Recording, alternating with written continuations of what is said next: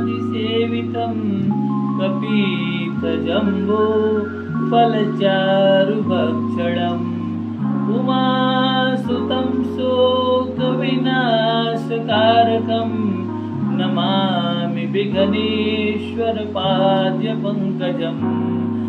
सर्वे भवन्तु सुखिनः सर्वे सन्तु निरामया सर्वे भद्राणि पश्यन्तु मा कश्चित् दुःखभाग् भवेत्।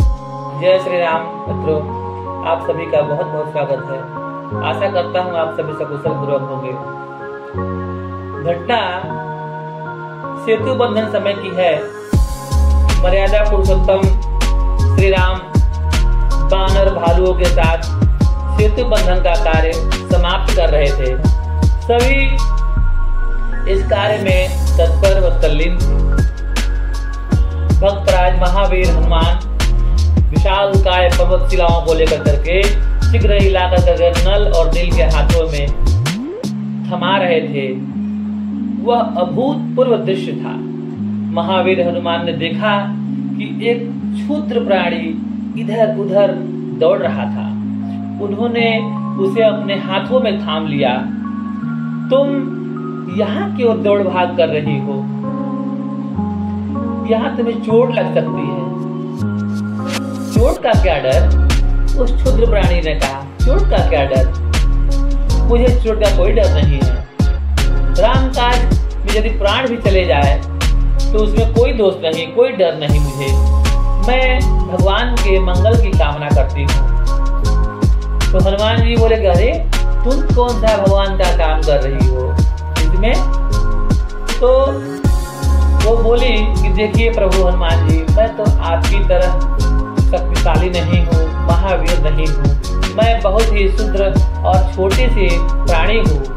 मैं फिर भी आपकी ही बातें, आपकी ही तरह प्रभु श्री राम जी के इस सेतु बंधन कार्य में अपना योगदान देना चाहती हूँ।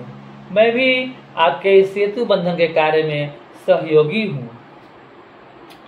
तब भगवान जी ने पूछा कि अच्छा, अब जो है आप बताइए कि आप भली भांति भारी भरकम शिलाओं को तो कैसे ला सकती हो? इसीलिए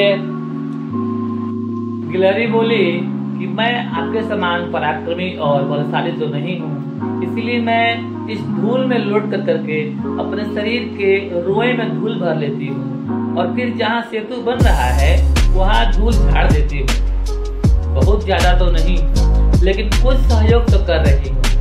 उस गिलहरी की बात सुनकर महावीर हनुमान का भी कंठ जो है अवरुद्ध हो गया और उनके भाव भीग गए। वे चाहते थे कि उसे भगवान तक पहुंचा दे, परंतु गिलहरी ने उनसे कहा कि तुम तो भली भांति प्रभु का स्वभाव जानते हो महाबली। हे हनुमान जी, आप सभी कुछ जानने वाले हैं। वे भला अपने भक्त को कब विसारते हैं? वे स्वयं ही मुझे भी बुला लेंगे, और प्रभु जो है कभी किसी को भूलने वाले नहीं है। और तब बोली कि जब प्रभु मुझे बुलाएंगे तब मैं स्वयं उनके पास जाऊंगी।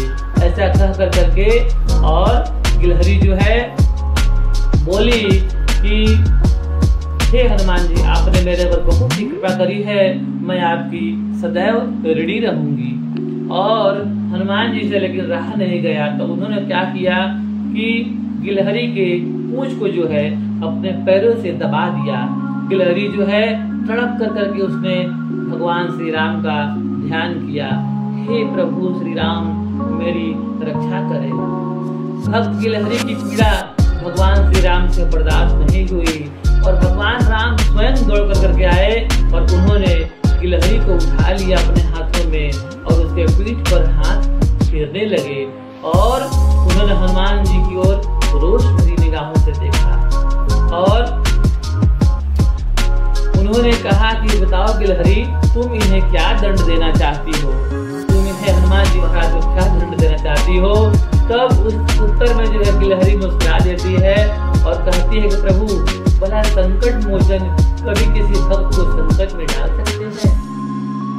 इसीलिए तो उन्हें संकट मोचन कहा जाता है। इन्होंने मुझे आप तक पहुंचाने के लिए यह किया था, इसीलिए इन्हें पुरस्कार मिलना चाहिए प्रभु। गिलहरी के इस कथन को सुनकर करके हनुमान जी की भी आंखें भर आई और हनुमान जी महाराज जो है मन ही मन गिलहरी को जो है बहुत भाव भरी निगाहों से देखने लगे। गिलहरी की इस बात सुनकर कर जो है भगवान श्री राम की भी आंखें भीग गई और भगवान श्री राम मुस्कुरा दिए। गिलहरी के शरीर पर आप सभी ने देखा होगा, गिलहरी के शरीर पर जो धारियां बनी हुई है वो भगवान श्री राम ने उसके हाथ पीठ पर जो हाथ चलाए थे उसी का वो धारियां आज भी नजर आती है। वह श्री राम के दुलार की निशानी है। बंधुओं, भक्ति का रूप अनेक है। भगवान श्री राम के भक्ति में डूब जाइए और भगवान श्री राम आप सभी का कल्याण करेंगे। पुनः एक बार आप सभी का जय जय श्री राम, जय जय श्री राम।